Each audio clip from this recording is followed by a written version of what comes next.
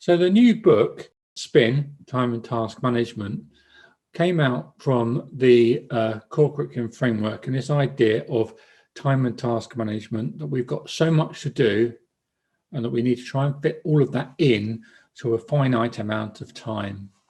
And I wanted to consider that from the angle of, if you're feeling more resilient, are you more effective? If you are looking after yourself, are you more productive? And I came to the conclusion quite quickly that the answer was yes to both of those questions, that looking after yourself does make you more productive, does make you more efficient and effective. It does allow you to deal with the problem in hand in a way that will deal with it properly and get it done and get it literally off your to-do list, or that plate can be spun and it will spin for a long time, because we're seeing the situation accurately, we're seeing the situation effectively, and therefore we're in the moment and we're going to get it done. So I then did lots of research around that theme and around that topic, and it became very clear to me that education was lagging behind business as ever, and that the business world had done a lot of work around time and task management.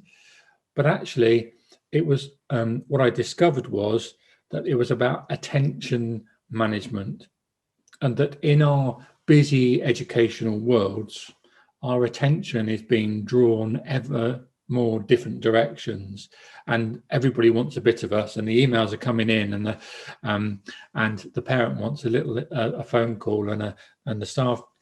Our attention is bombarded with stuff, externalized stuff that's not on our agenda but comes onto our agenda. And what I want folks to do through reading the book is just to consider how they manage their attention. How do they look after their mental health so that they can manage that and get their day onto their agenda?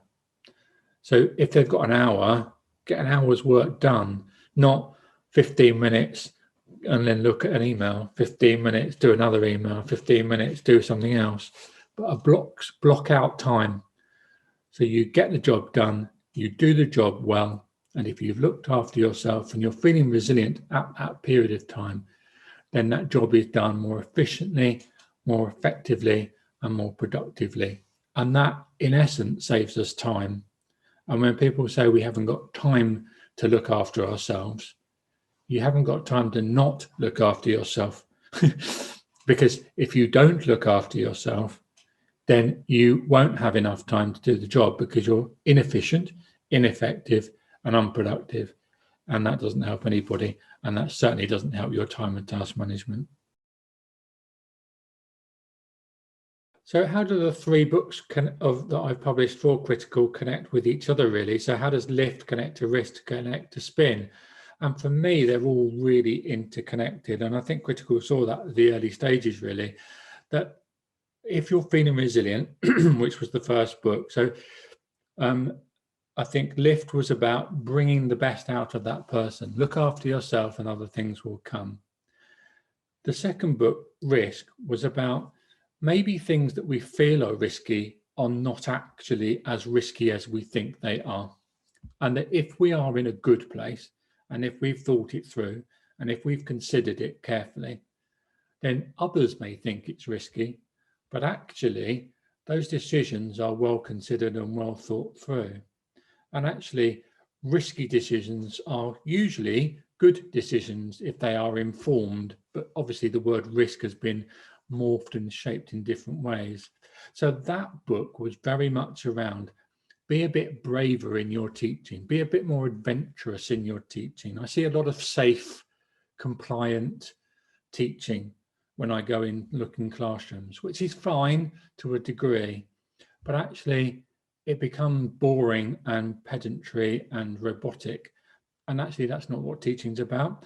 Teacher Standard 1, about motivating and inspiring children and pupils in our care. I don't see much of that.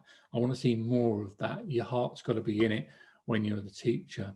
So that's how Risk connected to Spin. Risk connected to Lift. And then spin was very much around, as I said earlier, is around if you're feeling resilient, then you're more likely to be able to cope with the challenges of everyday life. And that all of these things come back to ground zero. Ground zero being look after yourself in order to do the job that you're going to do. Now, this is a very difficult concept for people to get to grips with. And that's why it's taken 3 books to articulate that journey, because we are compassionate to everybody other than ourselves. We feel guilty still that we are looking after ourselves, putting a bit of time in. We feel guilty when we've stopped and had a bit of lunch. We feel guilty if we go home, well, before 6 o'clock to do something at home for ourselves during the school week. We feel guilty if we go out on a school night. But actually, all of these things are really important and really useful to top ourselves up in order to be ready to do the job that we need to do. And so the 3 books very much talk to each other. They are underpinned by the resilience of that individual, and that resilience is about proactively managing yourself. And if folks can do that, if all of the books that I publish for Critical can do that, then I think that we're in a really strong place and in a much better place to do what I want to do, which is to stop as many early career teachers leaving this profession that I love and still love and will always love.